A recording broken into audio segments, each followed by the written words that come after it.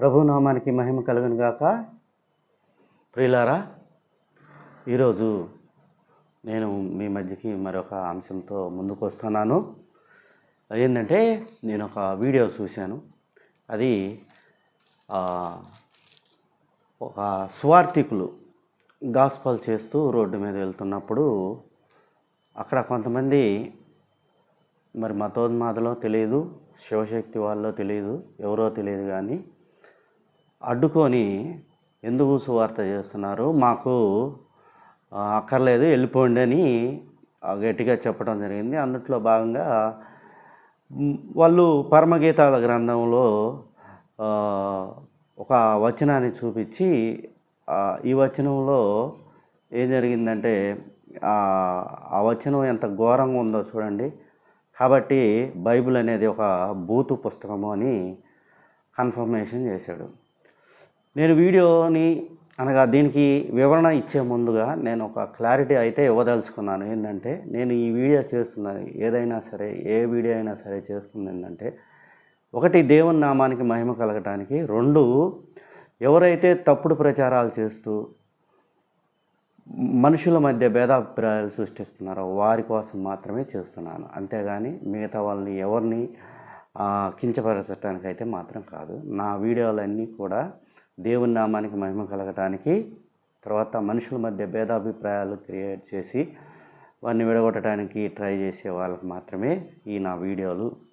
అయితే మొట్టమొదటిగా వాళ్ళు చెప్తున్నది ఏంటంటే, పరమగీతం, సొలొమోను రాసిన పరమగీతాల్లో 7వ అధ్యాయము 8వ వచనంలో చదవమన్నారు. ఏంటంటే, తాళవృక్షము నెక్కుదని అనుకుంటుని, దాని శాఖలు పట్టుకుంటుంది అనుకుంటుని, నీ కుచములు ద్రాక్ష గెలల వలె ఉన్నవి. కుచములు అంటే ఏందని అడిగారు వాళ్ళని, సువార్థికుల్ని. కుచములు అంటే వాళ్ళు ఏదో మరి అర్థం తెలియక ఏమో తెలియదు, కానీ కుచములు అంటే వాళ్ళు ఏదో అర్థం చెప్పారు. కాదు, అవి ఒక మానవ పరిభాష. అనగా మనం దైవ వర్తమానికునిగా నేనైతే ఆ భాషని ఉచ్చరించలేను, కాకపోతే మానవ పరిభాషలో ఒక వాడు ఉపయోగించారు. అయితే దాన్ని మనము వృక్షజాలు అనుకోవచ్చు. ఈ కుచుములని వృక్షజాలని అంటారు. కాబట్టి ఈ వృక్షజాలాలు ఉన్నాయి. ఈ విధంగా మనిషిని కుచుముల గురించి రాశాడు. కాబట్టి ఈ బైబిల్ పెద్ద తప్పుడు సమాచారం ఇస్తుంది, తప్పుడుది అని ఇక్కడ వాళ్ళు కన్ఫర్మ్ చేసి వెళ్ళండి నా కుమారులారని వాళ్ళని దుర్భాషలాడటం జరిగింది. కాబట్టి నేను ఇదే అంశం మీద వివరణ ఇవ్వాలనుకొని మీ మధ్యకి వచ్చాను, మీ ముందుకు వస్తున్నాను. అయితే ప్రతి విషయానికి అయితే ఎవరైతే వాళ్ళు ఉన్నారో, ఎవరైతే సువార్తను అడ్డుకుంటున్నారో, ఎవరైతే సువార్తని బైబిల్ని హేళన చేస్తూ మాట్లాడుతున్నారో వాళ్ళకి మాత్రమే సమాధానాలు ఇవ్వడానికి నేను వస్తున్నాను. నేనే కాదు, నాతో పాటు చాలామంది నా దైవభక్తి కలిగిన వాళ్ళు, సాంబశివరావు గారు లాంటి వాళ్ళు కూడా వాళ్ళకి వివరణలు ఇస్తున్నా కానీ పదేగా బైబిల్ మీద దాడి చేస్తూ హిందూ సమాజానికి ఒక అసభ్యకరమైన సందేశాన్ని పంపుతున్నారు. అయినా వాళ్ళ హిందువులు అసభ్యకరంగా ఆలోచించినా కానీ, బైబిల్ని అసభ్యకరంగా మాట్లాడినా కానీ, క్రైస్తవానికి కానీ, యెహోవా దేవుని నామానికి కానీ ఎటువంటి నష్టం అయితే లేదు. అయితే ఇప్పుడు మనం కానీ వీడియోలోకి కానీ వెళ్ళినట్లయితే, ఇక్కడ కుచములు అని సొలొమోను మహారాజు రాశాడు. కాబట్టి ఈ చెడ్డ మాటలన్నీ బైబిల్లో ఉన్నాయి. కాబట్టి బైబిల్ అంతా చెడ్డ గ్రంథము లేదని వాళ్ళు చెప్తున్నారు. కాబట్టి అయ్యా, ఎవరైతే మీకు పీకల లోతు దాకా మతం అనే పిచ్చి పట్టుకొని కుట్టుకుంటున్నారో వాళ్ళందరికీ నేను చెప్పే సమాధానం, బైబిలు అనేది ఎప్పుడు కూడా పాపాన్ని కానీ పాపాన్ని ప్రేరేపించే పనులు చేయమని మాత్రం చెప్పబోదు. దేవుడు కూడా బైబిల్లో ఉన్న ప్రతిదీ దేవునికి సంబంధించిందే. కాబట్టి యెహోవా దేవుడు ఎప్పుడు కూడా బైబిల్లో చెప్పిన మాటలని మీరు వక్రీకరించవద్దు. యెహోవా దేవుడు ఎప్పుడు కూడా పాపం చేయమని చెప్పబోడు కూడా. అయితే ఇక్కడ సొలొమోను మహారాజు ఎందుకు ఈ మాటలు చెప్పాడు, కొచ్చుమల గురించి ఎందుకు మాట్లాడాడు అంటే, వృక్షజాలాల గురించి ఎందుకు మాట్లాడాడు అంటే, ఇక్కడ ఫస్ట్ ఈ పరమగీతాలు మొత్తం ఎందుకు సంబంధించి అంటే, ఒక ఆధ్యాత్మికమైనది, స్పిరిచువల్ లైఫ్. ఎవరెవరికి ఈ మధ్య అంటే, సొలొమోను మహారాజు ఏమనుకుంటాడంటే, ఇజ్రాయెల్ ప్రజలు దేవునితో ఎలా ఉండాలనుకుంటున్నారు, దేవుడు ఇజ్రాయెల్ ప్రజలతో ఎలా ఉండాలనుకుంటున్నారు అన్నది చెప్పాడు. అయితే ఇక్కడ సొలొమోను మహారాజు ఈ పరమగీతాల్లో రచించింది కూడా అన్ని రూపక అలంకారాలు. రూపక అలంకారం అని మన తెలుగు పరిభాషలో ఉంటుంది. ఒక రూపాన్ని అంటే ఏదైనా విషయాన్ని ఒక రూపంలో చెప్పాడనమాట. రూపక అలంకారం అంటారనమాట. ఈ రూపక అలంకారంలో చెప్పాడు ఈ విషయాలు మొత్తాన్ని. అయితే సొలొమోను మహారాజు ఇజ్రాయెల్ ప్రజలు దేవునికి ఎలా ఉండాలి అన్నది ఆయన దృష్టిలో ఇక్కడ మనకి 4 విధాలుగా చెప్పుకొస్తాడు. ఒకటి, నా ప్రియురాల అని సంబోధిస్తాడండి ఇజ్రాయెల్ సంఘాన్ని, ఇజ్రాయెల్ ప్రజల్ని నా ప్రియురాల అని సంబోధిస్తాడు. ఇది పరమగీతము 1వ అధ్యాయము 9వ వచనం కానీ చూసినట్లయితే, 1వ అధ్యాయం 9వ వచనంలో చూసినట్లయితే, నా ప్రియురాల ఫరో యొక్క రథ అశ్వములతో నిన్ను పోల్చెదను అంటాడు. నా ప్రియురాల అనగా ప్రియురాలతో పోలుస్తున్నాడు ఎవరిని, ఇజ్రాయెల్ ప్రజల్ని. తర్వాత రెండోసారి ఏమని సంబోధిస్తాడంటే ఇజ్రాయెల్ ప్రజల్ని, నా ప్రియురాల నువ్వు సుందరివి అని సంబోధిస్తాడు. ఇది ఎక్కడ సంబోధిస్తాడంటే 4వ పరమగీతం కానీ చూసుకున్నట్లయితే, 4వ పరమగీతం కానీ చూసుకున్నట్లయితే 1వ వచనం కానీ చూస్తే, నా ప్రియురాల నీవు సుందరివి, నీ ముసుగుకుండా నీ కన్నులు గువ్వల వలె కనబడుచున్నవి అని ఇక్కడ సంబోధిస్తాడు. ఫస్ట్లో నా ప్రియురాల అని మాత్రమే సంబోధించాడు. తర్వాత రెండో విషయానికి వచ్చేలకే, నా ప్రియురాల నువ్వు చాలా సుందరమైన దానివి అనగా ప్రియురాలని వర్ణిస్తున్నాడు అనమాట. నువ్వు ఎంత బాగున్నావు అన్నది. ఇది రెండో విషయం. ఫస్ట్లో సుందరి అని, రెండోసారి నా ప్రియురాల నువ్వు సుందరివి, చాలా you are a beautiful girl అని ఇక్కడ సెలవిస్తున్నాడు. తర్వాత మూడోదిగా ఏం చెప్తున్నా అంటే, నా సహోదరి నా ప్రాణేశ్వరి అనగా దేవుడు వాళ్ళని సహోదరితో కంపేర్ చేస్తున్నాడు అనమాట. నా సహోదరి నా ప్రాణేశ్వరి అనగా నా దేవత అంటే మన పరిభాషలో కానీ తీసుకున్నట్లయితే ప్రాణేశ్వరి అంటే నా జీవము కలిగిన దేవత. అంటే ఇక్కడ ఇజ్రాయెల్ ప్రజల్ని ఎలా పూజిస్తున్నాడంటే, మన పిల్లల్ని మనము నా బిడ్డ నా ప్రాణంతో సమానమని ఎలా అని మనం సంబోధిస్తామో, దేవుడు కూడా అక్కడ సొలొమోను భక్తుడి ద్వారా ఏం చెప్తున్నాడంటే, నా బిడ్డలు నా ప్రాణంతో సమానము అన్న కాన్సెప్ట్లో మాట్లాడాడు. ఇది ఎక్కడ జరిగింది? సో 4వ పరమగీతము 12వ అధ్యాయం కానీ చూసుకున్నట్లయితే, 12వ వచనం కానీ చూసుకున్నట్లయితే, నా సహోదరి నా ప్రాణేశ్వరి మూయబడినే ఉద్యానవనము అని చెప్తాడు అనమాట. నా సహోదరి నా ప్రాణేశ్వరి అని ఇక్కడ 4వ పరమగీతం 12వ వచనంలో చూపిస్తాడు. అదేవిధంగా 5వ పరమగీతము 1వ వచనంలో ఏమని చూపిస్తాడంటే, నా సహోదరి నా ప్రాణేశ్వరి నా ఉద్యానవనముకు నేను ఏంచి తిని వచ్చాను అని చెప్తాడనమాట. ఇక్కడ 4 సార్లు. తర్వాత ఇంకా 4వ విషయంగా ఏం చెప్తాడంటే, రాజకుమారి పుత్రిక అని చెప్తాడు. రాజకుమారి పుత్రిక ఎక్కడ చెప్తాడంటే, 7వ పరమగీతంలో 1వ వచనంలో కానీ చూసుకున్నట్లయితే, రాజకుమార పుత్రిక నీ పాదరక్షలతో నీవెంత అందముగా నడుచుతున్నావు అని ఇక్కడ సెలవిస్తాడు.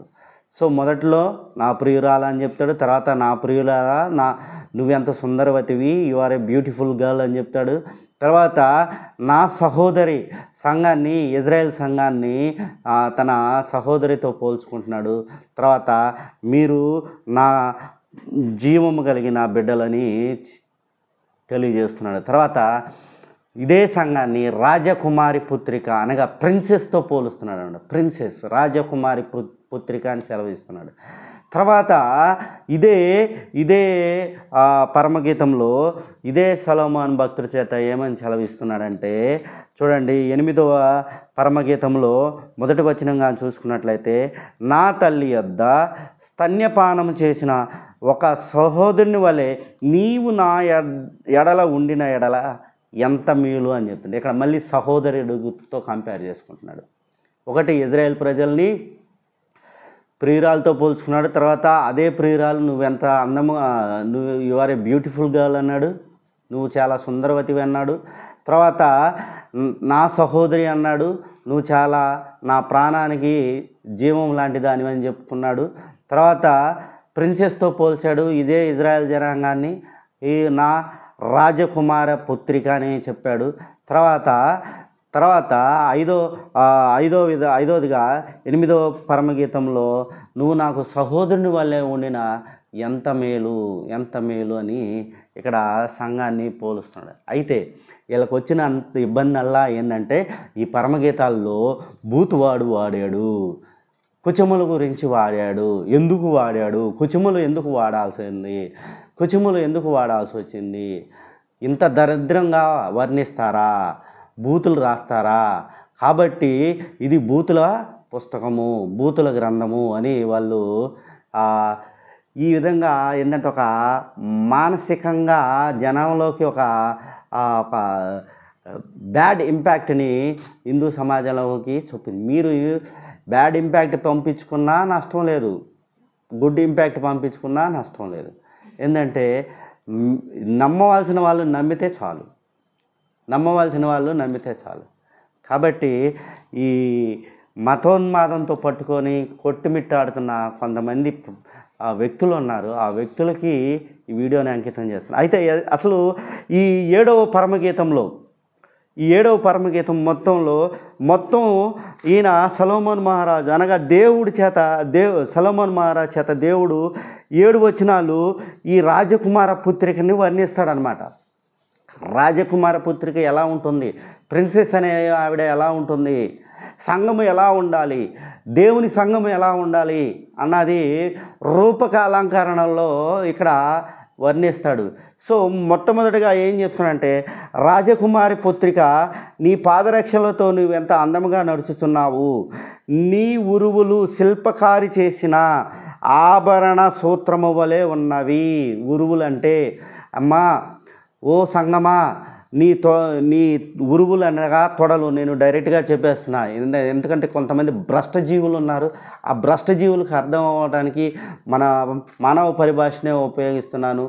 కొంచెం అర్థమవటానికి నేను కొంచెం వాడిని దిగజారి మరి మాట్లాడాల్సి వస్తుంది. అందుకు మీరు నన్ను క్షమించాలి. అయితే నీ తొడలు ఎలా ఉన్నాయి తెలుసా? శిల్పకారులు చెక్కిన, అంటే బంగారం నేస్తారు కదా, చూడండి ఒకసారి చూడండి. నీ ఉరువులు శిల్పకారి చేసిన ఆభరణ సూత్రముల వలె ఉన్నవి. సో బంగార ఆభరణాలు చేసేవాళ్ళు ఎవరైతే ఉన్నారో వాళ్ళు ప్రతిదీ కూడా ఒక మెజర్మెంట్తో చేస్తూ ఉంటారనమాట. నాగని ఆ ఆభరణాలని ఒక మెజర్మెంట్తో చేస్తారు. కాబట్టి ఆ శిల్పకారులు చెక్కిన తొడల వలె ఉన్నవి నీ ఉరువులు అని ఒక రూపాన్ని చెప్పాడనమాట. రాజకుమారి ఎలా ఉంటుందో, రాజకుమారి నువ్వు ఎంత అందంగా ఉంటున్నావో అన్నది ఇక్కడ చెప్పాడనమాట. కాబట్టి ఇక్కడ ఈ రాజకుమారి ఫస్ట్ రూపకాలంకరణం ఏంటంటే తొడల గురించి మాట్లాడాడు. ఆ తొడలు ఎలాగా ఉన్నాయంటే, ఆభరణాలు చేసే ఒక శిల్పకారులు ఉంటారు. ఆ శిల్పకారులు సూత్రాల ప్రకారం ఎలా మెజర్ చేస్తారో ఆ సూత్రాల ప్రకారం చేసిన తొడల వలె ఉన్నాయి నీ ఉరువులు అని చెప్పుకొస్తున్నాడు. నీ ఉరువులు అలా ఉన్నాయి అని చెప్పుకొస్తున్నాడు. తర్వాత రెండవ రూపక అలంకరణం ఏంటంటే, నీ నాభి దేశం అనగా నీ బొడ్డు ఎలా ఉందో తెలుసా? మండలాకార కటశము అంటాడు. మండలాకార కటశము. మండలాకారం అంటే వృత్తాకారము, కటశం అంటే ఫ్లవర్ వాజ్ ఎలా ఉంటుంది? కూజ ఎలా ఉంటుంది అంటే గుండ్రంగా ఉంటుంది, పొడవుగా ఉంటుంది. ఆ కూజలో నీళ్లు పోసినప్పుడు అక్కడ ఫ్లవర్స్ పెట్టుకోవడానికి అవకాశం ఉంటుంది కాబట్టి నీ నాభి కూడా అలాగే ఉంది. అంటే ఇక్కడ రాజకుమారిని అనగా ఇజ్రాయేల్ ప్రజల్ని ఎంత ఇదిగా ప్రేమిస్తున్నాడో దేవుడు మనకి ఇక్కడ సొలొమోను భక్తుడి ద్వారా ఈ పరమగీతంలో తెలియజేస్తున్నాడు అనమాట. నీ నీ నాభి దేశము, నీ బొడ్డు అనేది ఎలా ఉందంటే కారి చేసిన క్షమించాలి, నీ నాభి దేశము మండలాకార కలశము అంటాడు, ఫ్లవర్ వాజులాగా ఉంది. అందులో తర్వాత చూడండి నెక్స్ట్ ఏం చెప్తాడు, సమ్మిళిత ద్రాక్షారసము దాని యందు వెలితి పడకుండా ఉండునుగాక.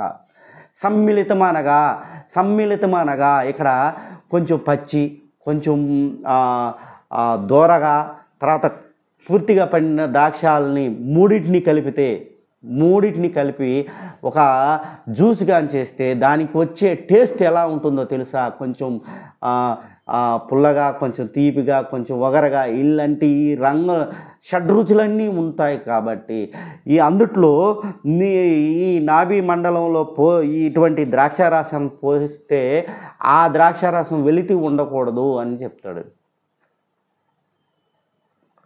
సో నీ నాభి మండలం ఎలా ఉందంటే ఫ్లవర్ వాజులాగా ఉంది, అందుట్లో సమ్మిళిత ద్రాక్షారసం పోయొచ్చు. ద్రాక్షారసం అనేది యూదులకి ఏంటంటే అత్యంత ఇష్టమైన పానీయము. కొంతమంది ఉంటారు, నేను చెప్పకూడదు, కొంతమంది ప్రబుద్ధులు, వాళ్ళ పేర్లు ఏంటంటే ప్రబుద్ధులు. ఏంటంటే వైన్కి ద్రాక్షారసానికి తేడా తెలియని ప్రబుద్ధులు చాలామంది ఇప్పుడు ఇంతంత పెద్ద బొట్లు పెట్టుకొని మెడలో దండాలు వేసుకొని ఎట్టెట్ట అనుకుంటా తిరుగుతూ ఉన్నారు. ఆ ప్రబుద్ధులకి చెప్పేది ఏంటంటే వైన్కి ద్రాక్షారసానికి తేడా తెలుసుకోండి. సో ద్రాక్షారసం తాగిన వాళ్ళంతా తాగుబోతులు అనుకునే ప్రబుద్ధులు చాలామంది ఉన్నారు నేటి హిందీ సమాజంలో.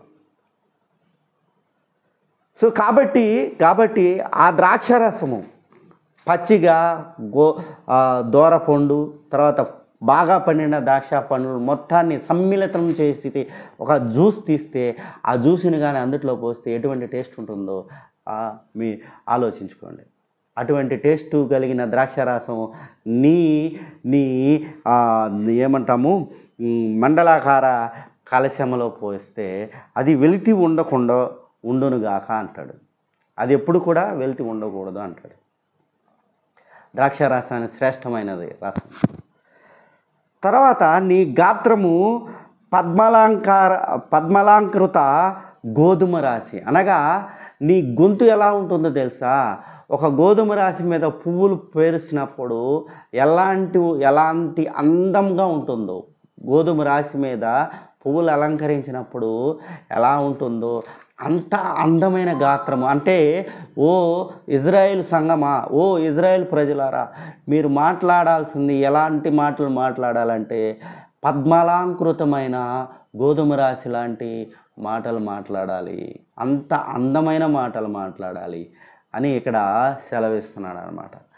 తర్వాత ఇక్కడ చూడండి, నీ ఇరుకుచములు జింక పిల్లలు తామరలో మేయు ఒక కలవలను పోలి ఉన్నది. నీ ఇరువు కుచములు అంటే ఒకటి నాభి అయిపోయింది, తర్వాత తొడలు అయిపోయినవి, తర్వాత మనిషికి అంటే రాజకుమారి కాబట్టి రాజకుమారిలో ఉండే అవయవాల గురించి మాట్లాడుతున్నాడు అనమాట. అవయవాల్లో ఇదేంటి కుచుములు అనగా వృక్షజాల గురించి మాట్లాడుతున్నాడు. అవి ఎలా ఉన్నాయో తెలుసా? జింక పిల్లలు తామరలో మేయు కవల జింకలను పోలి ఉన్నాయి. ఒక కొలనులో తామర పువ్వులు ఉన్నాయి, ఆ తామర పువ్వుల దగ్గర మేయుచున్న 2 జింక పిల్లలను పోలి ఉన్నాయి. అంత జింక పిల్లలు అంటే చిన్నవి ఎంత ముద్దుగా ఉంటాయో అందరు దగ్గరికి తీస్తారు. చిన్న జింక పిల్లలు పెద్దవి తీసినా తీయకపోయినా చిన్న జింక పిల్లలను తీసుకుంటారు. ఎందుకంటే అవి అంత అందంగా ఉంటాయి. అది సామెత ఒకటి ఉంది, వయసులో ఉన్నప్పుడు పంది పిల్ల కూడా ముద్దుగా ఉంటుంది అని. సో వయసులో ఉన్న జింక పిల్లలు ఎలా ఉన్నాయో అటువంటిలాగా ఉన్నాయి నీ కుచములు అని చెప్పుకొస్తాడు. కుచములు అలా ఉన్నాయని చెప్పుకొస్తారు. అయితే ఇవి కానీ మనకి ఒకసారి ఇదే విషయాన్ని 6వ పరమగీతం 3వ వచనంలో చూస్తే, నేను పద్మములలో మేయుచున్న నా ప్రియుని దానిను అతడు నావాడు అని చెప్తుంది. ఎవరు ఈ ప్రియురాలు? ఎవరైతే సొలొమోను మహారాజు చేత రాజకుమారి పుత్రిక అని పిలువబడుతున్న సంఘం ఏదవుతుందో, ఇదే సంఘం ఏం చెప్తుందంటే 6వ పరమగీతంలో ఏం చెప్తుంది? 6వ పరమగీతం 3వ వచనంలో, నేను పద్మములో మేయుచున్న నా ప్రియుని దానను అతడు నావాడు అని చెప్తుంది. తర్వాత అతను ఏం చెప్తున్నాడంటే 6వ పరమగీతం 4వ వచనంలో, నాసకి నీవు తిర్సా పట్టణముల వలె సుందరమైన దానవు అని ఇక్కడ ప్రియుడు సెలవిస్తున్నాడు, అనగా దేవుడు సెలవిస్తున్నాడు. ప్రియురాలు ఏం చెప్తుంది? నేను పద్మములు మేయుచున్న నా ప్రియుని దానను అతడు నావాడని చెప్తుంటే, దానికి సమాధానముగా ఈ ప్రియుడు ఏం చెప్తున్నాడంటే, అనగా దేవుడు ఏం చెప్తున్నాడంటే, నాసకి నీవు తిర్సా పట్టణము వలె సుందరమైన దానం. తిర్సా పట్టణం అనేది ఏంటంటే, ఇది చాలా సుందరమైనది, ఉత్తర ఇజ్రాయెల్ రాజ్యానికి మొట్టమొదటి రాజధాని అనమాట. సో తిర్సా అనగా సంతోషమైనదే అని అర్థం. ఆ తిర్సా పట్టణంలో ఎంత సంతోషాలు ఉంటాయో, ఈ ప్రియురాల్లో కూడా అంతే సంతోషమైన ఆనందదాయకమైన విషయాలు ఉన్నాయి అని ఇక్కడ చెప్తున్నాడు. నేను ఇజ్రాయెల్ సంఘమును బట్టి నేను సంతోషిస్తున్నానని ఇక్కడ దేవుడు మనకి చెప్పకనే చెప్తున్నాడు అనమాట. ఇది విషయం అర్థం చేసుకోవాల్సింది. ఒకటి, సంఘంలో ఏముండాలంటే ద్రాక్షారసం ఉండాలనుకుంటున్నాడు, పానీయం ఉండాలనుకుంటున్నాడు. ఆ ద్రాక్షారసము మంచిగా ఉండాలనుకుంటున్నాడు అంటే సమ్మిళితమైన ద్రాక్షారసం అంటున్నాడు. సంఘంలో ద్రాక్షారసం ఏంటంటే సమ్మిళితమైన ద్రాక్షారసం ఉండాలి, రుచికరమైనది అయి ఉండాలి, అనగా సంఘము మన నోటికి రుచికరంగా ఉండాలనుకుంటున్నాడు. తర్వాత రెండోది ఏంటంటే ఈ గురించి ఆనందం ఉండాలి, సంఘములో ఆనందం ఉండాలనుకుంటున్నాడు. ఇజ్రాయేలు జనాంగంలో ఆనందం ఉండాలని కోరుకుంటున్నాడు. తర్వాత ఇంకేం చెప్తున్నాడు చూడండి. ఇక్కడ 7వ పరమగీతం వద్దాము. 7వ పరమగీతంలో, నీ కందర గోపుర రూపము, నీ కందర అనగా మెడ ఎలా ఉంటుందంటే, నీ మెడ ఓ రాజకుమారి పుత్రిక, ఓ ఇజ్రాయేల్ సంగమా, నీ మెడ ఎలా ఉంటుందంటే దంత గోపుర రూపాన్ని పోలి ఉంటుంది, అనగా ఐవరీ టవర్ అంటారు. దంత గోపురం అంటే ఐవరీ టవర్ అంటే ఒక తెల్లటి గోపురాలను జనరల్గా ఏం చేస్తారంటే చర్చిలకు కానీ ఎక్కడైనా సరే గోపురాలు అనేవి ఉంటాయి. ఆ గోపురాలు ఎలా ఉంటాయంటే తెల్లగడ్డ కట్టిస్తారు. గోపురాలు అనేవి చాలా ప్రాముఖ్యమైనవి బైబిల్కి. సో ప్రతి నివాసం పక్కన గోపురాలు కూడా పెట్టుకుంటారు. ప్రతి ఆలయం పక్కన గోపురం కూడా ఉంటుంది. కాబట్టి ఐవరీ టవరు, నీ మెడ ఓ ఇజ్రాయెల్ సంగమ, నీ మెడ ఎలా ఉంటుందంటే ఒక ఐవరీ టవరు. ఇంకా ఏం చెప్తున్నాడు చూడండి. అంటే ఐవరీ టవర్ దేనికి సంబంధించిందంటే స్వచ్ఛతకి సంబంధించింది. అది ఎలా ఉంటుందంటే ఐవరీ టవర్ అనేది ఎలా ఉంటుందంటే చాలా స్వచ్ఛముగా ఉంటుంది, తెల్లగా ఉంటుంది అన్నమాట. దాంతో పోలుస్తున్నాడు. నువ్వు స్వచ్ఛతమైన దానివి, నీ మెడ చాలా స్వచ్ఛమైనది, నువ్వు స్వచ్ఛమైనది అని తెలియజేస్తున్నాడు ఇజ్రాయెల్ సంఘానికి. తర్వాత నీ నేత్రములు జనపూర్ణమైన హెష్బోను పట్టణమున నున్న 2 తాటాకములతో సమానము. తాటాకములంటే ఫిష్ పూల్స్. హెష్బోను అనగా ఇదొక పట్టణము, అనగా హెష్బోను పట్టణము అంటే ఇక్కడ ఏం జరుగుతుందంటే హెష్బోను పట్టణము బాత్ రబ్బాయిం అనే ఒక ప్లేస్ ఉంటుంది. హెష్బోను పట్టణంలో బాత్ రబ్బాయిం అనే ప్లేస్ ఉంటుంది. అది ఒక గేట్ అనమాట. ఆ గేటు దగ్గర కొన్ని కొలనులు ఉంటాయి. ఆ కొలనులో నీళ్ళు ఎలా ఉంటాయంటే కదలవు, స్వచ్ఛమైన నీళ్ళు, ఇమ్మూవబుల్ వాటర్ అంటారు వాటిని. తర్వాత ప్యూరిటీ అంటే ఎలా ఉంటుందంటే అంత గొప్ప ప్యూరిటీ ఉంటుంది. కాబట్టి కాబట్టి నేత్రాల్ని ఆ కొలలతో పోలుస్తున్నాడు అన్నమాట. హెష్బోను పట్టణం దగ్గర రబ్బాయత్, దీన్ని ఏమంటారంటే బాత్ రబ్బాయిం అంటారు, రబ్బీం అంటారు. ఈ రబ్బీం అనేది ఏంటంటే ఒక గేటు దగ్గర ముందు చాలా కొలలు ఉంటాయి, ఆ కొలలతో పోతాయి. అవి ఆ హెష్బోన్ ఆ పట్టణంలో ఈ ఫిష్ పూల్స్ అనేవి కొలలు అనేవి ప్రాముఖ్యం కలిగినాయి కాబట్టి దాంతో పోలుస్తున్నాడు అన్నమాట. అంత ప్రాముఖ్యమైన దానివని ఇక్కడ సొలొమోను మహారాజు యొక్క మెయిన్ ఉద్దేశం ఏంటిదంట, నీ నేత్రములు జనపూర్ణమైన, అనగా ఈ జనపూర్ణం అంటే జనంతో నిండిపోయిన హెష్బోను పట్టణమున ఉన్న 2 తటాకములతో సమానము, ఫిష్ పూల్స్తో సమానం. హెష్బోను పట్టణాల్లో ఏముంటుందంటే ఈ ఫిష్ పూల్స్ అనేవి చాలా ప్రసిద్ధి కలిగినవి. ఈ ఫిష్ పూల్స్కి వాటర్ అనేది క్లియర్గా ఉంటుంది, వైట్గా ఉంటుంది, కాన్స్టెంట్గా ఉంటుంది, ఇమ్మూవల్గా ఉంటుంది, చూడటానికి చాలా అందంగా ఉంటాయి. ఇటువంటివి పూల్స్ని కానీ మనం 2 చెట్ల గుండు కానీ చూసినట్లయితే ఇంకా అద్భుతంగా ఉంటాయంట. హెష్బోను పట్టణములో ఈ ఫిష్ పూల్స్ అనేవి అనేవి చాలా అద్భుతంగా ఉంటాయి.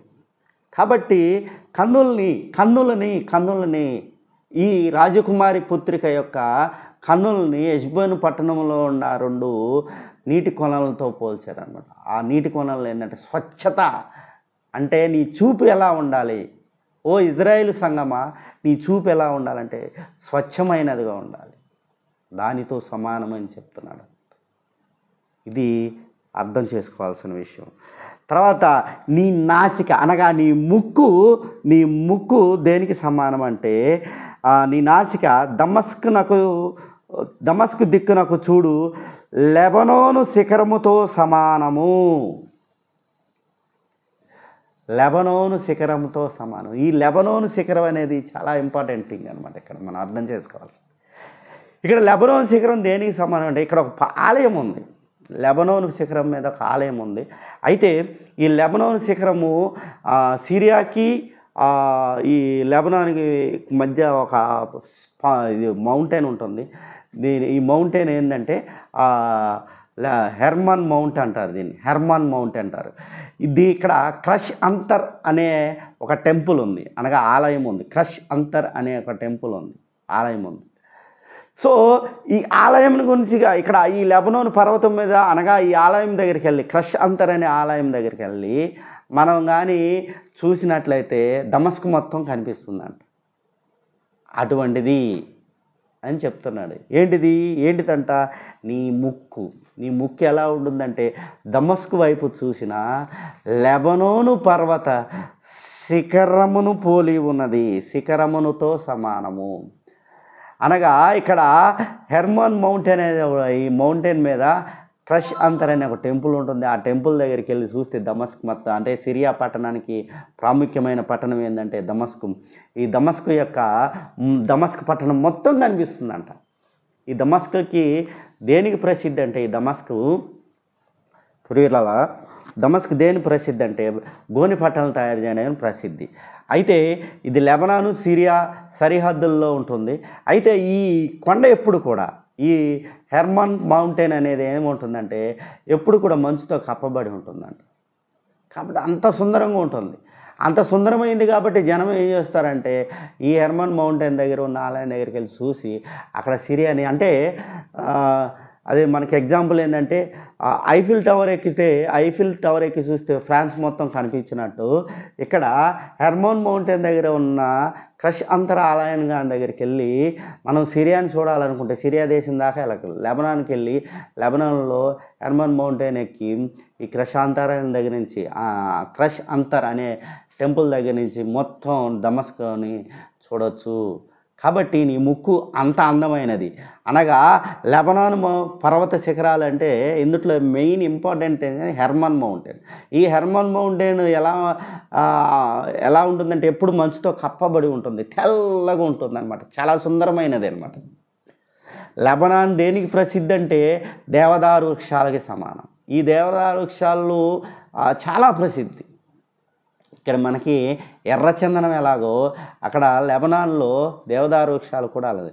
ఒకప్పుడు క్రీస్తు కాలంలో ఏం జరిగిందంటే ఈ లెబనాను అనే క్రీస్తు కాలంకు ముందే అనగా దావీదు మహారాజు వాళ్ళకన్నా ముందే అనుకుంటాను, ఈ లెబనాన్ నుంచి దేవదారు వృక్షాలు తీసుకొచ్చి గృహాలు కట్టుకునేవాళ్ళు అనమాట.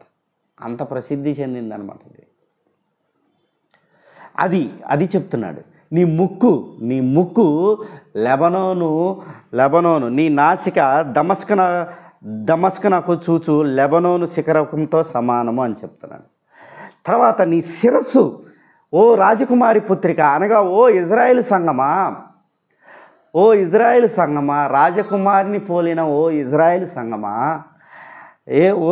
సంగమా, నీ శిరస్సు కర్మేలు పర్వతము. కర్మేలు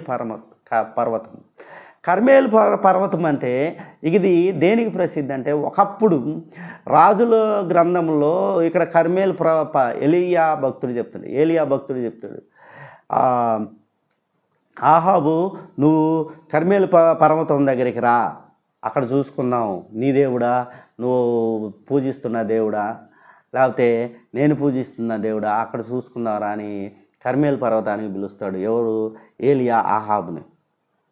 అయితే ఈ కర్మేలు పర్వతానికి ఉన్న ప్రసిద్ధి ఏంటంటే, ఈ కర్మేలు పర్వతం అంటే ఇది ఎక్కడ ఉంటుందంటే మధ్యధరా సముద్రము, సుమేరియన్ కొండలు అని ఉంటాయి, సమరియా కొండలు.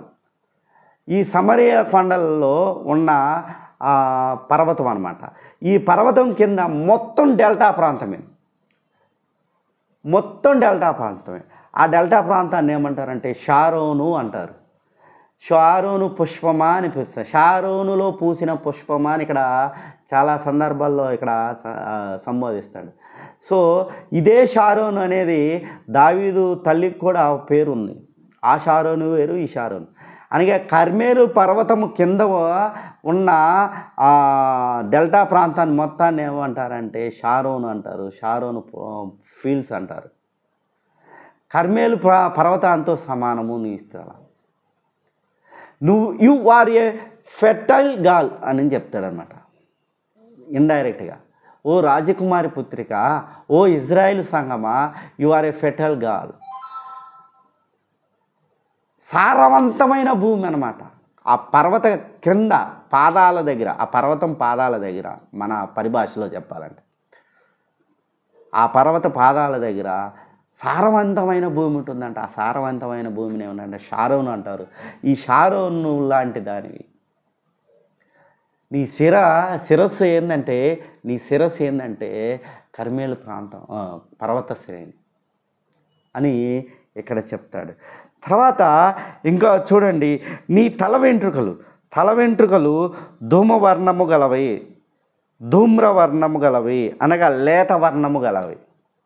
తల వెంట్రుకలు ఎలా ఉన్నాయంటే లేత వర్ణము కలిగినవి చెప్తున్నాం. ప్రతిదీ రూపకలంకరణమే. దేవుని సంఘాన్ని రూపకలంకరణలో చెప్తున్నాడు. నీ ముక్కు అలాగ ఉంది, నీ నాభి ఇలా ఉంది, నీ తొడలు ఎలా ఉన్నాయి, నీ వృక్షజాలాలు ఎలా ఉన్నాయి, నీ ముక్కు ఇలా ఉంది, నీ తల ఎలా ఉంది, నీ తల వెంట్రుకలు ఎలా ఉన్నాయి, లేత వర్ణంలో ఉన్నాయంట. లేత వర్ణాలు ఎవరికి ఉంటాయి? ఏ వర్ణం తెలుసా? ఊదా వర్ణం, వైలెట్ అంటే యూదా సమాజంలో బాగా ఇష్టం. ఎవరైతే యూదా వర్ణపు బట్టలు ధరిస్తారో వారిని చాలా గొప్పగా చూస్తారన్నమాట. ఆ వర్ణంలో పోలి ఉన్నవి అని చెప్తున్నాడు అన్నమాట. కాబట్టి ప్రతిదీ ఒక కవిభావాన్ని మనం అర్థం చేసుకోవాలి. అంతేగాని అక్కడ దేంతోనో ఒక రూపకలంకరణ ఇస్తే అది బూతు కాబట్టి బైబిల్ మొత్తం బూత్ అని కాదు. తర్వాత ఇంకా ఏం చెప్తున్నాడు చూడండి, రాజు వాటి ఉంగరముల చేత బద్ధుడగుచున్నాడు. ఏటి యొక్క ఉంగరముల చేత?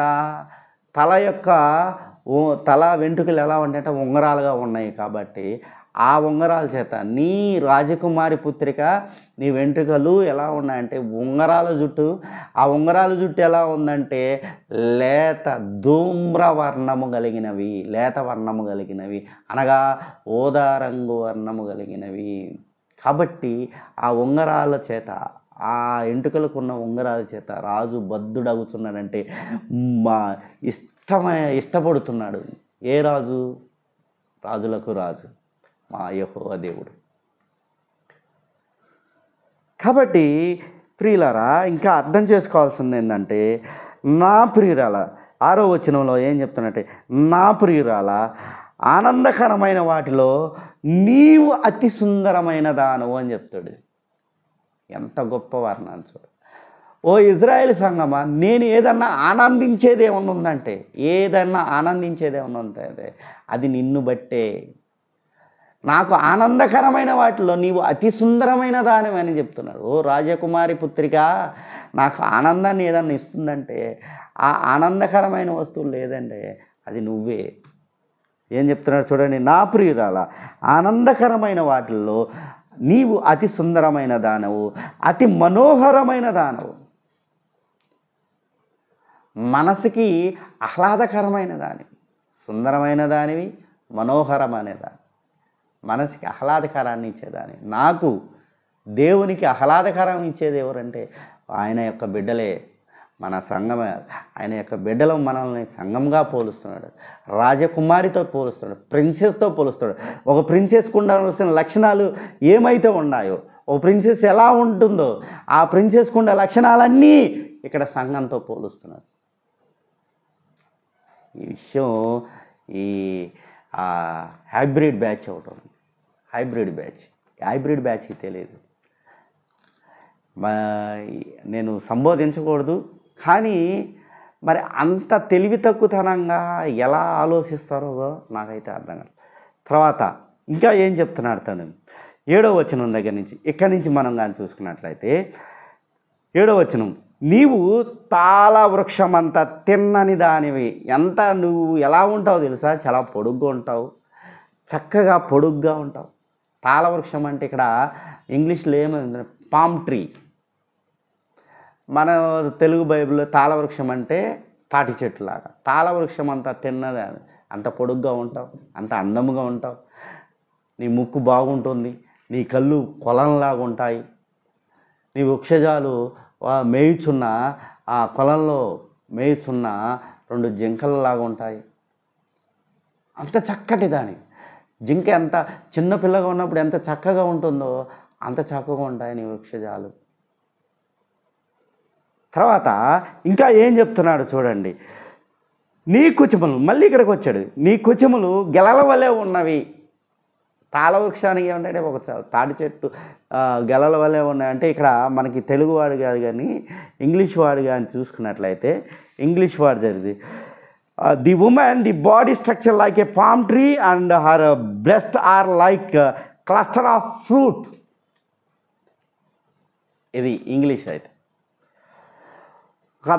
ద్రాక్ష గుత్తి ఎలా ఉంటుందో, ద్రాక్ష గుత్తి ఎలా ఉంటుంది, ఎంత ఒద్దిగ్గా, బొద్దుగా ఒద్దిగ్గా ఒక స్ట్రక్చర్ ఎలాంటి స్ట్రక్చర్ వెళ్తుందో అలాంటి మెయింటైన్ చేస్తుంది.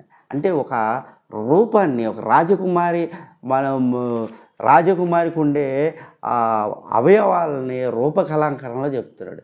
దాన్ని మనం స్పిరిచువల్గా తీసుకోవాలి.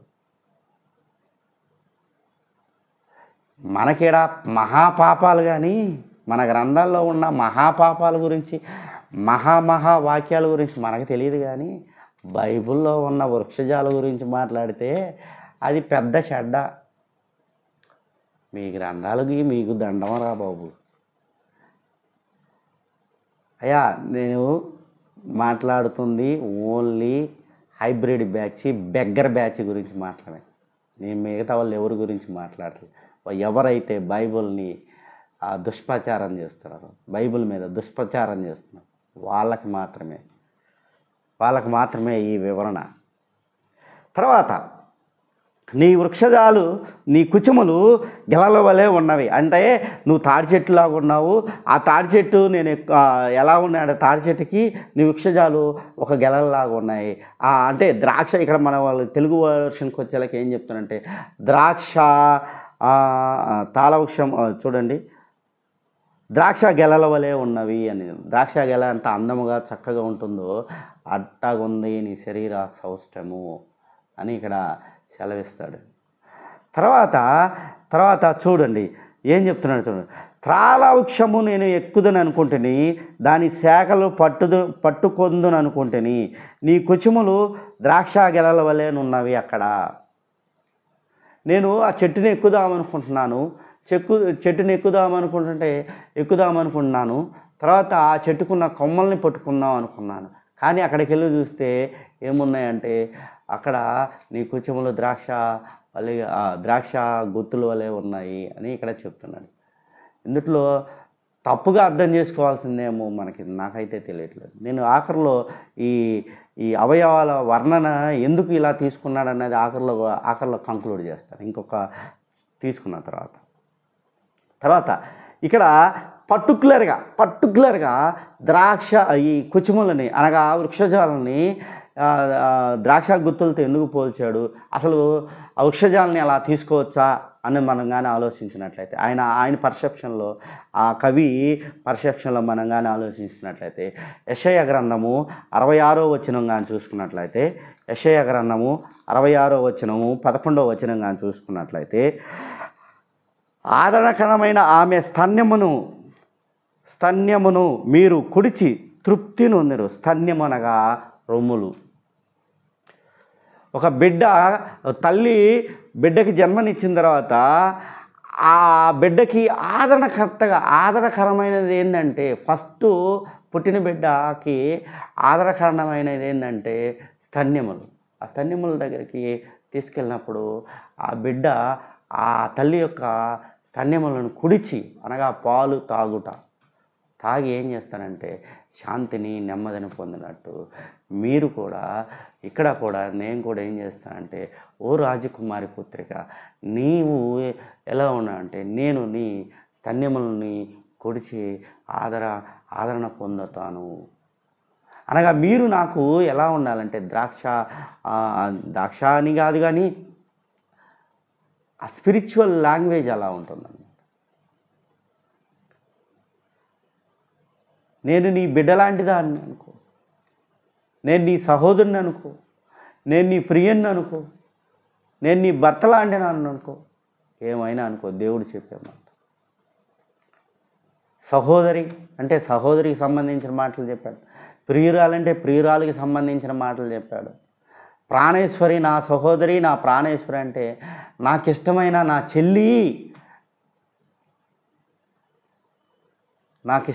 చెల్లి, అని అక్కడ ఆమెకు చెప్పాల్సిన మాటలు చెప్పాడు. రాజకుమారి అనగా ఒక ప్రిన్సెస్ ఎలా ఉంటుందో, రాజకుమారికి ఉండవలసిన లక్షణాలు ఎలా ఉండాలో అన్నీ చెప్పుకుంటూ వచ్చాడు. ఇంకా ఏం చెప్తానంటే ఇక్కడ యెషయా గ్రంథంలో మనకి ఏం చెప్తాడంటే, ఆదరణకరమైన ఆమె స్తన్యమును మీరు కుడిచి తృప్తి పొందేదను, ఆమె మహిమాతిశయమును అనుభవించుచు ఆనందించెదరు అంటారు.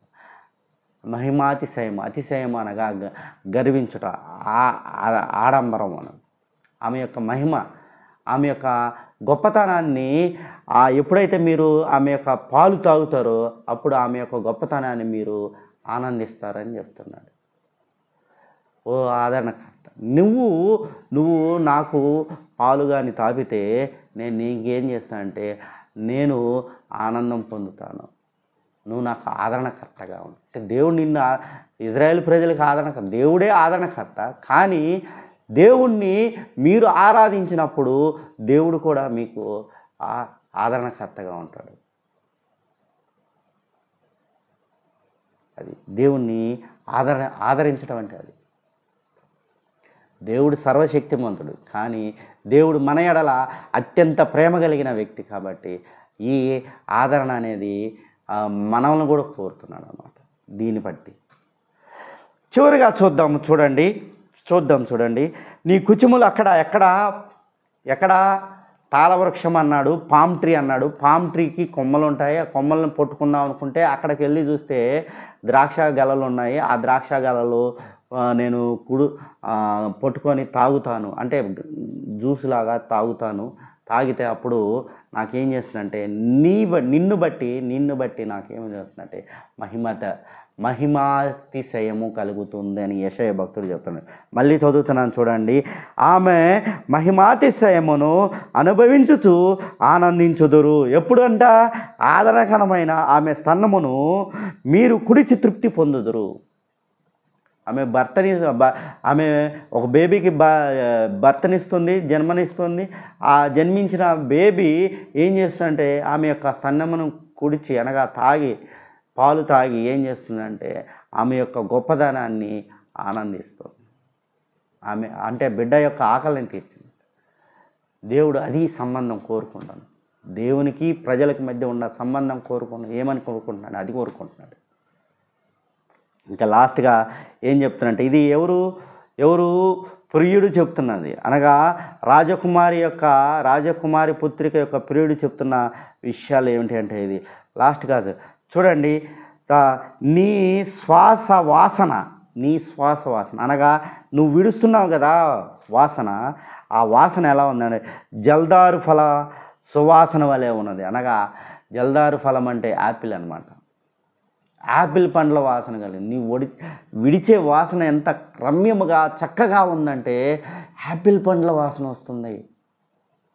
ఎంత గొప్ప విషయం! రాజకుమారికి ఉండాల్సిన లక్షణాలన్నీ చెప్తున్నాను అన్నమాట. తర్వాత నీ నోరు శ్రేష్ఠ ద్రాక్షారసం వల్లే ఉన్నది. నీ నోరు ఎంత చక్కగా ఉందంటే ఒక శ్రేష్టమైన ద్రాక్షారసం వల్లే ఉంది. ఆ శ్రేష్ఠ ద్రాక్షారసమును నా ప్రియునికి మధుర పానీయం అని ఇక్కడ ప్రియురాలు చెప్తుంది. ఈయన ఏం చెప్తున్నాడంటే పైన ఏం చెప్తున్నాడంటే నీ నోరు శ్రేష్ఠ ద్రాక్షారసం వలె ఉన్నది. ఆ శ్రేష్ఠ ద్రాక్షారసము నా ప్రియునికి మధుర పానీయం అని ప్రియురాలు చెప్తుంది. ఎవరు? ఈ రాజకుమారి పుత్రిక అంటే ఒక ప్రిన్సెస్ అన్నమాట. ఇజ్రాయెల్ సంఘాన్ని ఇక్కడ పరమగీతము 7వ పరమగీతములు ఎలా పోలుస్తున్నాడంటే ఒక ప్రిన్సెస్ లాగా పోలుస్తున్నాడు. ఆ ప్రిన్సెస్కి ఉండాల్సిన లక్షణాలు ఏంటంటే ఒకటి చూడండి, పాదరక్షకులతో నువ్వు ఎంత అందంగా నడుస్తున్నావు, చెప్పులు వేసుకొని ఎంత చక్కగా నడుస్తున్నావు. నీ తొడలు, నేను డైరెక్ట్గా చెప్పేస్తున్నా, నీ తొడలు ఎలా ఉన్నాయంటే ఆభరణాలు చేసే వ్యక్తి ఆభరణం చేయడానికి ఎంత కొలతలతో కొలిసి ఆభరణాన్ని తయారు చేస్తాడో అంత కొలతలతో చేసిన తొడల్లాగా ఉన్నాయి ఓ ప్రిన్సెస్, ఓ ఇజ్రాయెల్ సంఘం అని చెప్తున్నాడు. తర్వాత నీ నాభి దేశము ఒక ఫ్లవర్ వాజులాగా ఉంది. ఆ ఫ్లవర్ వాజులో ఏముంటుంది? సమ్మిళిత ద్రాక్షారసం పోస్తే ఎంత మంచి టేస్ట్ ఉంటుందో అటువంటి ద్రాక్షారసము నీలో ఉండునుగా కానీ ఇక్కడ సెలవిస్తున్నాడు అనమాట. తర్వాత నీ గాత్రము నీ మాట ఎలా ఉంటుందంటే పద్మాలంకృత గోధుమ రాశి అంటారు. ఒక గోధుమ రాశి మీద పువ్వులు పెట్టినప్పుడు ఎలాంటి బ్యూటిఫుల్నెస్ అనేది ఉంటుందో, అందం ఉంటుందో అటువంటిదని చెప్పుకొస్తున్నాడు. తర్వాత జింక పిల్లలు, తర్వాత నీ ఇరుకు చెములు, నీ వృక్షజాలాలు, ఎవడో కూడా బాధపడాల్సింది ఏం లేదు ఈ విషయంలో. ఎవడో కూడా అది కవి చెప్పిన మాట అన్నమాట. ఇక్కడ ఆయన పరమగీతంలో సొలొమోను మహారాజు చెప్పిన మాట. ఇక్కడ బాధపడాల్సింది ఏం లేదు. ప్రతి మనిషికి ప్రతి అవయవాలు ఉంటాయి. ప్రతి అవయవాన్ని ఇంపార్టెంటే. కాబట్టి ఇందులో తెలియని విషయాలు ఏం లేవు. వాళ్ళకి తెలియకుండా ఉంటే అది మీ అజ్ఞానం. కాబట్టి ప్రతి అవయవము ఇంపార్టెంటే మనిషి శరీరానికి. కాబట్టి అది మీరు ఎలా అర్థం చేసుకుంటారో, ఎంత బూత్ అనుకుంటే అంత బూతు లేదనుకుంటే బూతు లేదు. వృక్షజాలాల గురించి రాస్తే బూత్ ఎట్ట అవుతుందయా దరిద్రులారా, భ్రష్టజీవులారా? మీకు అది బూత్ ఎలా అనిపిస్తుందో నాకు అర్థం కావట్లేదు. మరి రేపు ఆ పెళ్ళి అయినప్పుడు ఆ వృక్షజాలాల గురించి మీరు ఇది చేయకుండా ఉంటారా? మనిషి శరీరం అన్న తర్వాత ప్రతి అవయవం ఇంపార్టెంటే. అది సృష్టి ధర్మము, దేవుడిచ్చిన సృష్టి ధర్మం అవయవాలని. ప్రతి అవయవాన్ని ఒక్కొక్క పర్పస్ మీద ఇచ్చాడు. మరి మీకు బూత్ ఎలా అనిపిస్తుందో తెలియదు. మరి మన గొల్లలో అడ్డమైన బొమ్మలన్నీ ఉంటాయి కదా, మరి అవి బూతులు కాదు. అప్పుడు మన దేవాలయాలన్నీ కూడా పరమ పవిత్రాలు. అందుట్లో ఉండే దేవుళ్ళు ఇంకా పవిత్రులు. మన గ్రంథాల్లో ఉన్న చెడును మాత్రం తెలియదు ఒక్కొక్కడికి, ఈ బెగ్గర్ బ్యాచ్కి. ఇంకా ఏం చెప్తున్నాడు చూడండి, నీ వృక్షజాలు ఇరుకు చెములు జింక పిల్లలను పోలి ఉన్నవి, నీ కందర అనగా నీ మెడ ఎలా ఉందంటే దంతగోపురాన్ని పోలి ఉంది, ఐవారి టవర్ లాగా ఉంది. తర్వాత నీ నేత్రములు 2 జనపూర్ణమైన హెష్బోను పట్టణమును ఉన్న రబ్బాయిత్తు గేటు దగ్గర ఉన్న 2 తటాకములతో సమానంగా ఫిష్ పోల్స్తో సమానం అని చెప్తున్నాడు. అక్కడ కళ్ళుని అందమైన 2 నీటి కొనలతో పోల్చుకున్నాడు. తర్వాత నీ ముక్కు ఎలా ఉందంటే తూర్పు వైపు తిరిగిన లెబనోను పర్వతాన్ని పోలి ఉంది. ఆ లెబనోను పర్వతాన్ని ఎక్కి చూస్తే ఏముంటుందంటే దమస్కు పట్టణాన్ని మొత్తం చూడవచ్చు. తర్వాత ఇంకేం చెప్తున్నాడు చూడండి, తల వెంట్రుకలు ధూములు లేత వర్ణం కలిగి ఉన్నాయి. ఆ లేత వర్ణం ఏంటంటే ఊదా రంగు. తర్వాత ఆ తల వెంట్రుకలు ఎలా ఉన్నాయంటే ఉంగరాలు తిరిగి ఉన్నాయి. ఆ ఉంగరాలంటే రాజుకి చాలా ఇష్టం కాబట్టి ఉంగరాలకి, ఆ తల వెంట్రుకలకు ఉన్న ఉంగరాలకి రాజు బద్ధుడు అవుతున్నాడు. నా ప్రియురాల అనగా ఓ రాజకుమారి, ఓ ఇజ్రాయేలు సంగమా, నీవు ఆనందకరమైన వాటిల్లో నీవు అతి సుందరమైన దానివి. నాకు ఆనందించే వాటిల్లో నువ్వెవరంటే అతి సుందరమైన దానివి, అతి మనోహరమైన దానివి అని చెప్తున్నా. తర్వాత నువ్వు ఎలా ఉంటావంటే నీ పొడుగు ఎలా ఉంటుందంటే నీ స్ట్రక్చర్ ఎలా ఉంటుందంటే ఒక పామ్ ట్రీని పోలి ఉంటుంది. కొబ్బరి చెట్టుని కానీ తాటి చెట్టుని కానీ పోలి ఉంటుంది, పామ్ ట్రీని పోలి ఉంటుందని చెప్పుకోవచ్చు.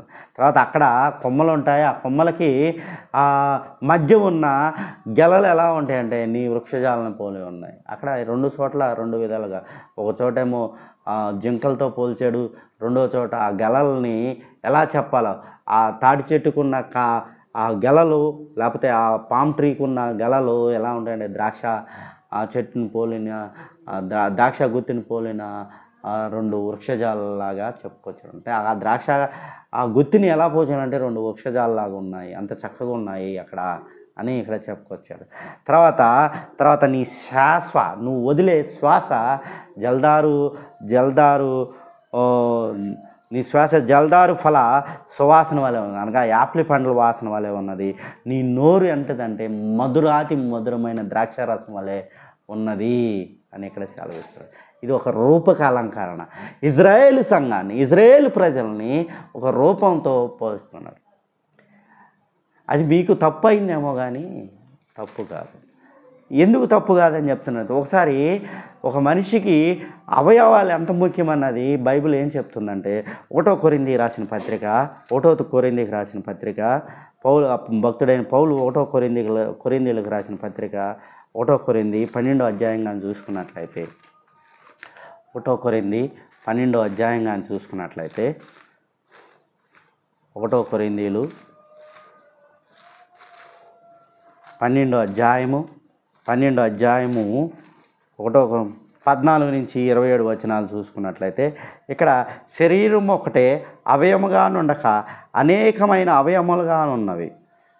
శరీరం ఒక్కటే అవయముగా ఉండక అనేక అవయముగా ఉన్నది. అంటే దాని అర్థం ఏంటంటే శరీరం ఒక అవయముగా ఉండక అనేక అవయములుగా ఉన్నవి అని చెప్పుకొస్తున్నాడు. కళ్ళు ఉన్నాయి, చేతులు ఉన్నాయి. నేను కళ్ళుగా ఉన్నాను కాబట్టి ఇక్కడ ఏం చెప్తున్నాడు చూడండి, నేను చెయ్యిని కాను గనక శరీరంలో దాని కాదని పాదము చెప్పినంత మాత్రాన శరీరంలోనిది కాకపోదును. నేను చెయ్యిని కాను గనుక శరీరంలోని దానిని కాదు అని పాదము చెప్తే శరీరంలోని కాకుండా పోద్దా? నేను చెయ్యను కాదయ్యా, నేను కాలునయ్యా అంటే ఆ అవయవం అనేది శరీరంలోని అవయవం కాకుండా పోతుందా? ఇంకా ఏం చెప్తాడు, ఇలా ప్రతిదీ చెప్పుకుంటూ వెళ్తాడు. ఏమని చెప్పుకుంటున్నాడు, మరియు నేను కన్నును కాను గనక శరీరంలోని దానిని కాదని చెప్పినంత మాత్రాన శరీరంలోనిది కాకపోలేదు. శరీరం అంతా కన్ను అయితే వినుట ఎక్కడ అంటే కన్ను ఉండాలి, కాళ్ళు ఉండాలి, చేతులు ఉండాలి, చెవులు ఉండాలి, ముక్కు ఉండాలి, నోరు ఉండాలి, అన్నీ ఉండాలి. అన్నీ ఉంటేనే అది శరీరం. ఏది లేకపోయినా దాన్ని ఏమంటారు తెలుసా? దాన్ని ఏమంటారు? అంగవైకల్యం కలిగినది అంటారు. అంగవైకల్యం కలిగిన వాళ్ళని ఏమన్నారంటే అందహీనులు అంటారు. కానీ ఇక్కడ సొలొమోను భక్తుడు శరీరాన్ని రాజకుమారి పుత్రిక, అంటే ఇజ్రాయెల్ సంఘాన్ని రాజకుమారి పుత్రికతో పోల్చాడు, ప్రిన్సెస్తో పోల్చాడు. కాబట్టి ప్రిన్సెస్ ఎంత అందంగా ఉండాలో చెప్పాడు అనమాట. అవయవాలని పోలుస్తూ రూపకలంకరణ చేస్తూ ఎంత అందంగా ఉండాలో చెప్పాడు అనమాట. ఆఖరిలో చూడండి ఇక్కడ ఏం చెప్తున్నాడు చూడండి, 22 నుంచి 24 దాకా చూద్దాము. అంతేకాదు శరీరం యొక్క అవయవంలో ఏవి మరి బలహీనంగా కనబడునో అవి మరి అవశ్యములే. ఏదైతే బలహీనంగా కనిపిస్తుందో అది ఖచ్చితంగా అవసరమైంది అని చెప్తాడు. శరీరంలో ఏ అవయవం ఘనత లేనిదని తలంచుతామో ఆ అవయవం మరి ఎక్కువగా గణపరుచుతున్నాము. సుందరములు కానివి మన అవయములకు ఎక్కువైన సౌందర్యము కలదు. ఏదైతే సుందరము కాదనుకుంటామో వాటికి ఎక్కువ సౌందర్యం ఉంటుందని చెప్పుకొస్తాడన్నమాట. ఇది శరీరానికి ఉన్న ప్రాముఖ్యత. శరీరంలో ఏ అవయవం లేకపోయినా, ఏ పార్టు లేకపోయినా ఖచ్చితంగా అది అంగవైకల్యం కలిగింది. అంగవైకల్యం అనగా బుద్ధిహీనురాలు అని అర్థం. బుద్ధిహీనురాలు ఇక్కడ స్పిరిచువల్ లాంగ్వేజ్లో మాట్లాడుకుంటే అంగవైకల్యం కలిగినది ఏంటంటే, ఉదయం అంగవైకల్యం కలిగిందంటే బుద్ధిహీనురాలు, దానికి ఆలోచించే విధానం లేదని అర్థం. కానీ ఇక్కడ సొలొమోను భక్తుడు ఏం చేస్తున్నాడంటే దాన్ని ఇజ్రాయేల్ సంఘాన్ని దేంతో పోలుస్తున్నాడంటే రాజకుమారి పుత్రిక ప్రిన్సెస్తో పోలుస్తున్నాడు. కాబట్టి ప్రిన్సెస్కు ఉండవలసిన లక్షణాలన్నీ ఇక్కడ రూపకలంకరణలో చెప్పుకొచ్చాడు. కాబట్టి ఇక్కడ ఎక్కడ బూత్ అనేది లేదు. శరీరంలో ఉండవలసిన అవయాల గురించే మాట్లాడాడు. అవి ఎలా ఉంటాయి, ఎంత చక్కగా ఉంటాయి, ఒక ప్రిన్సెస్కి అవయవాలు ఎంత చక్కగా ఉంటాయో చెప్పాడు. ఇందులో మీకు బూత్ ఎందుకు కనిపించిందో, మరి అంత దౌర్భాగ్యంగా ఎందుకు ఆలోచిస్తున్నారో మాకైతే అర్థం కాదు. అయ్యా, మన గ్రంథాల్లో ఉన్న బూతులను చూస్తే వాంతి వచ్చి చచ్చిపోతాం. శివలింగం గురించి తెలుసుకున్నా, తర్వాత హనుమంతుడు ఎలా పుట్టాడో తెలుసుకున్నా, రాముడు ఎలా పుట్టాడో తెలుసుకున్నా, ఇవన్నీ చూస్తే వాంతి వచ్చి చచ్చిపోతాం. అది మన గ్రంథాల విశిష్టత. బైబిల్ ఎక్కడ పాపం చేయండి, దుర్మార్గమైన పదాలన్నీ వాడి రాసేయండి అని చెప్పలేదయ్యా. దేవుడు ఎప్పుడు చెప్పలేదు పాపం చేయండి అని. అందరికీ తెలియజేసేదంటే ఇక్కడ సొలొమోను భక్తుడు 7వ పరమగీతంలో ఒక రాజకుమారి పుత్రికని ఏం చేశాడంటే రూపకలంకరణలో, అంటే ప్రిన్సెస్కు ఉండవలసిన లక్షణాలు, ఒక భౌతిక రూపం ఎలా ఉండాలో చెప్పాడు.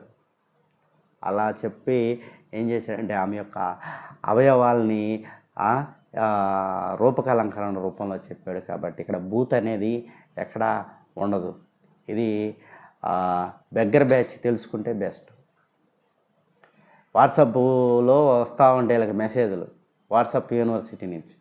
ఆ వాట్సాప్ యూనివర్సిటీ నుంచి వచ్చిన దాన్ని పట్టుకొని ఇక్కడ ఏం చేస్తారంటే ఈ బెగ్గర్ బ్యాచ్ దాన్ని ఏమంటారు, ప్రోపగాండా చేస్తూ ఉంటారు. దీనికి ఆద్యుడు ఎవడంటే ఒక బెగ్గర బ్యాచ్, ఒక బెగ్గరగాడు ఉన్నాడు. ఆ బెగ్గరగాడే సుగ్గున కరుణాకర్ గాడే. ఇప్పుడు వాడికి తోడు ఇంకొక బెగ్గరగాడు వచ్చాడు. వాడు ఎవడంటే ఎలీషా సత్యబాబు అంట. సత్యబాబు గారు రేపటి వీడియోలో మీకు ఒక మంచి విషయాన్ని తెలియజేస్తానని మనవి చేస్తున్నాను. పరిశుద్ధమైన ప్రజలకి నేను తెలియజేసేది ఏంటంటే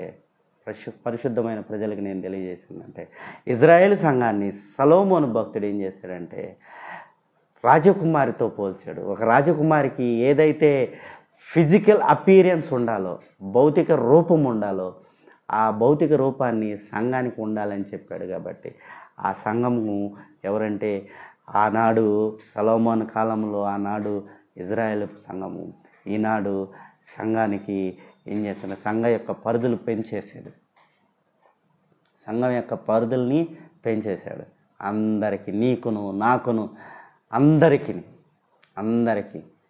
దేవుని తెలుసుకున్న వాళ్ళకి, దేవుని తెలుసుకున్న వాళ్ళందరికీ ఏమిచ్చాడంటే రాజకుమారి పుత్రిక ఎలా ఉండాలో మీరు కూడా అలాగే ఉండాలి అని దేవుడు కోరుకుంటున్నాడు. కాబట్టి మనము మన ప్రియుడికి ఒక రాజకుమారి పుత్రిక వల్లే ఉండాలని కోరుకుంటున్నాను.